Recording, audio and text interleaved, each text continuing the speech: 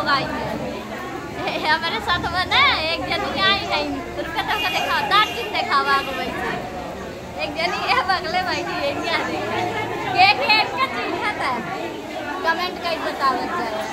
हाँ दोस्तों कैसे हैं आप लोग, कमेंट कीजिएगा। और आज हम लोग आए हैं गीता यादव ऑफिशियल के यहाँ और उनके स्टूडियो का उद्घाटन है, तो वहीं पे आए हैं और बहुत से सिस्टर आई हैं, एक छोटी पड़ जा रही है।